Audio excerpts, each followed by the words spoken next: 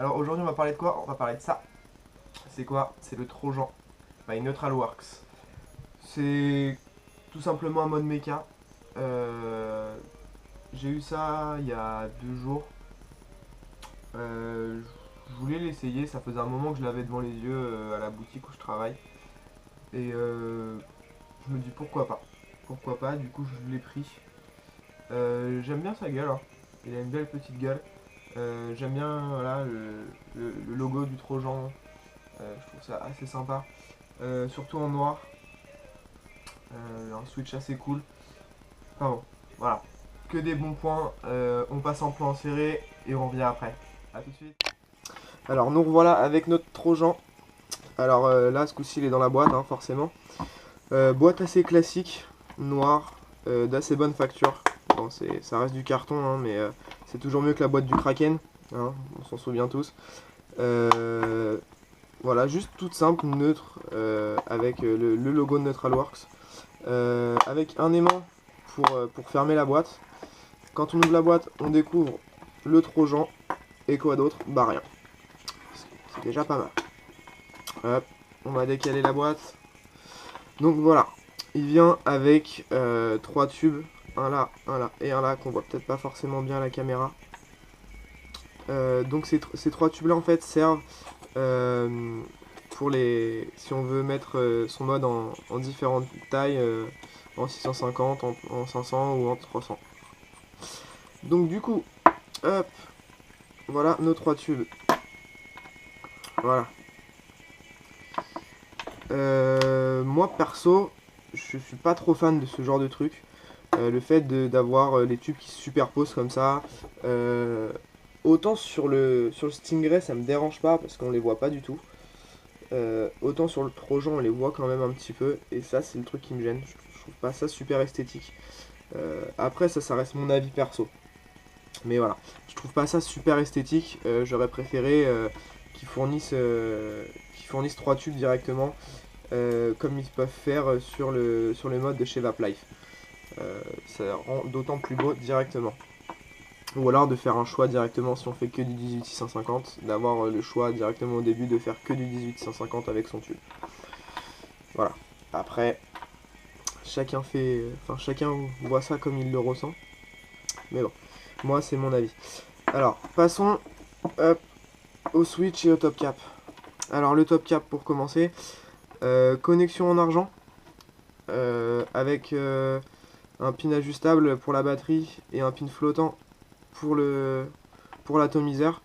Pas mal, pas mal, pas mal. Bah maintenant, c'est un peu le classique hein, quand même, qui c'est un peu sur tous les modes, même je dirais sur tous les modes de maintenant. C'est appréciable quand même. Et petit point de force, c'est que si j'arrive à la sortir, voilà. Même si on monte en ato et qu'il monte pas complètement flush, on a notre petite bague ici qui vient en fait finir le serrage et du coup qui permet qu'en fait notre ato ne bouge pas. Je vais prendre par exemple le CLT1 de chez Infinite. Voilà, imaginons je peux le visser que jusque là, bah voilà, là tout de suite je peux le visser que jusque là. Mon pin est remonté complètement. Je peux le visser que jusque là, et ben en fait, je viens prendre ma bague, hop, je remonte ça et du coup ça bouge pas, il n'y a pas de jeu, c'est parfait. Je trouve ça assez ingénieux de leur part. Ça permet d'éviter pas mal de problèmes.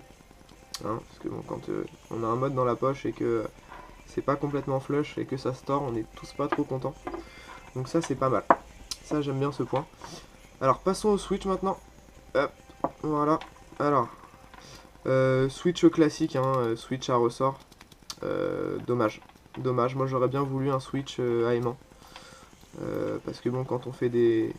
Quand on est très bas en home, forcément le switch il aime pas tout le temps. Les ressorts aiment pas tout le temps, c'est pas super super. Du coup, switch avec verrouillage à pas de vis inversé, bon point.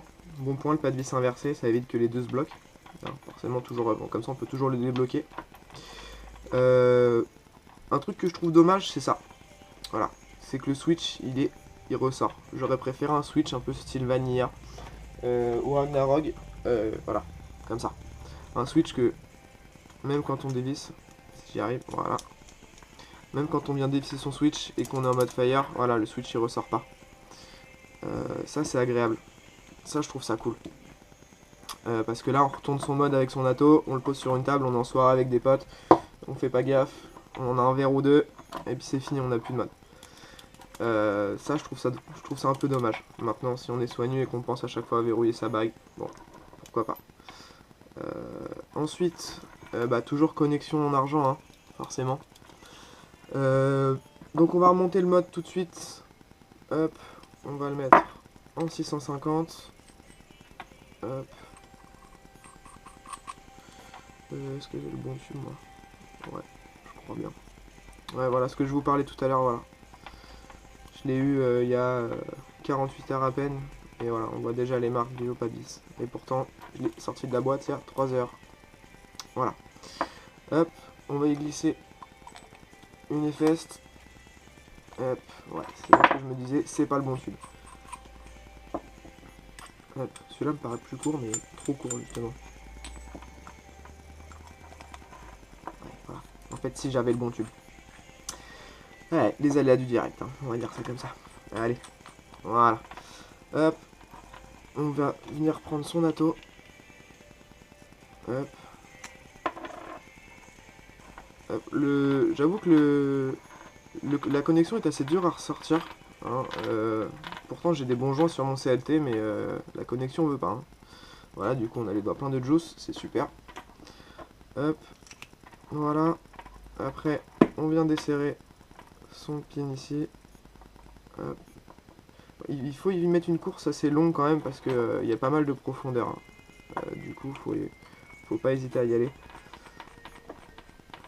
Hop. Voilà. Point négatif à mes yeux, le mode est en 23 mm, donc forcément les atos monteront pas forcément super flush. Ça je trouve ça assez dommage.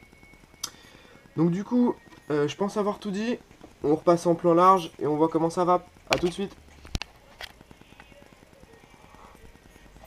Salut les gars, on est de retour.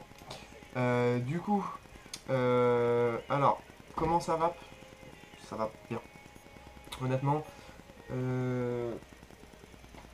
pour avoir utilisé pas mal de modes avec cet ato là, je trouve que ça marche plutôt bien. Je le comparerais honnêtement à l'Akuma et au Vanilla, hein, forcément. Ouais, Akuma qui est là. Hein. Donc ouais, je le comparerais à ces deux-là. Avec ses petits points forts et ses points faibles, hein, comme je disais. Donc du coup, on va passer tout de suite au plus-moins. Et après on regarde comment ça va. Alors du coup, les plus-moins. Pour moi, gros point positif, les connexions. Les connexions en argent, super. Super, ça conduit super bien. On s'en rend compte, mine de rien, hein, ça fait pas mal la différence. Ça, c'est un gros point fort pour moi. Alors, je regarde mes notes en même temps. Le pin flottant. Voilà, le pin flottant, ça, bon, ça, voilà, ça reste un truc basique maintenant dans tous les modes méca. Mais on est content de l'avoir quand on a un ato qui est pas flottant, qui a pas un pin flottant. Là, on est content. Autre point positif, la bague qui permet d'ajuster si notre pin est trop long. Ça c'est cool, parce que quand notre ato monte pas forcément flush et qu'on se retrouve comme un con à pas savoir comment faire, cette bague là elle sauve bien la vie. Ça c'est plutôt cool, ça c'est un bon point je trouve. Et j'avais noté un dernier point positif, la bague de verrouillage. Je la trouve plutôt pratique du fait qu'elle croche pas. Il n'y a aucun pas de vis qui croche. Voilà. On la fait tourner tout seul. Hop, voilà, c'est ouvert. Hop, c'est fermé. Hop, c'est ouvert. Voilà. Ça, c'est parfait. Les pas de vis, c'est super. Ça, pour ça, super. Merci. Merci Neutralworks, c'est cool. Vous avez fait un bon truc. Les points négatifs, il y en a forcément quelques-uns quand même. Les 3 tubes. Les 3 tubes, je trouve ça juste pas beau quoi. Je trouve ça, à mon point de vue, moi c'est pas un truc que j'adhère. Voilà. quand on prend, voilà, on prend un luxe mode à côté. Je suis désolé, mais voilà. C'est, voilà. On voit tout de suite la différence. On va encore reparler du vanilla, mais voilà. Voilà, c'est tellement plus esthétique un tube d'une seule pièce qu'un tube en 3 ou 4 pièces. Bon, après, ça, c'est mon choix. Autre point négatif, on retourne sur le switch. Et le switch qui ressort. Ça c'est pas cool. Voilà. Je pose mon mode. Bon bah forcément là ça fait. Voilà, si ça fait fire en fait. Voilà. Voilà. Je pose mon mode, ça fait fire. En soirée me connaissant, c'est un mode qui peut exploser quoi. Du coup c'est pas cool. Pas cool du tout. Et dernier point négatif, qui peut être positif pour d'autres, le 23 mm je supporte pas. Enfin je supporte pas. Encore façon de parler mais 23 mm non quoi. Non. 22 c'est très bien, pourquoi 23? En 22 tout le monde flush, c'est cool. Donc bon. Après c'est pareil, ça reste un de mes points de vue à moi personnel. Moi je trouve qu'en 22 il aurait été plus joli je trouve. Ça aurait été un truc plus sympa. Mais bon, après c'est pas le monstre du siècle hein, honnêtement. Honnêtement j'en suis super content. Donc honnêtement bon mode. En conclusion bon mode. Sur les shops, je l'ai vu sur les shops autour de 139 euros, 140 euros. Après je sais qu'il y a des promos en ce moment là où j'habite à Rouen. Il y a une promo en ce moment, il y a un magasin qui le fait en promo. C'est le magasin où je travaille, hein, c'est le bar à brume, ils le font en promo. Il a 89 euros. Honnêtement ça vaut le coup. À ce prix là ça vaut vraiment le coup. On a un des meilleurs modes du marché. Avec voilà, un mode vraiment fait pour le power vaping et pas super cher, pas excessif. Quand on voit le prix d'un Akuma ou des choses comme ça, que d'ailleurs j'ai éclaté. Voilà, quand on voit le prix d'un Akuma et qu'on se dit bon bah un mode à 130 qui est normalement à 140 euros passe à 89 euros en promo, jetez-vous dessus, sérieux, c'est un bon mode. Franchement je vous le conseille, je vous le conseille.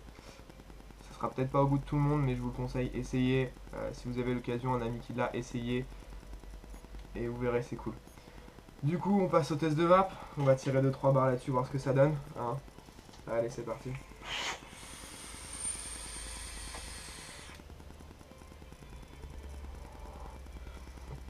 Je sais pas si on voit bien la caméra avec le fond blanc, hein, mais ça marche très bien. Ça marche très très bien.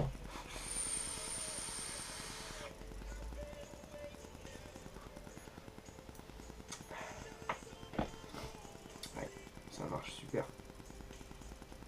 C'est vraiment cool.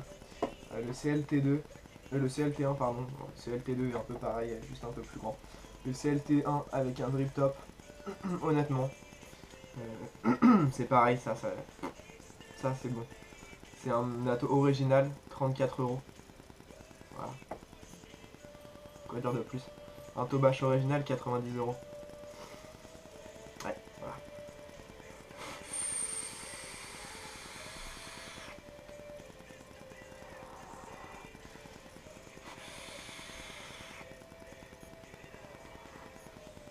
Allez, une petite dernière et puis on se dit à bientôt.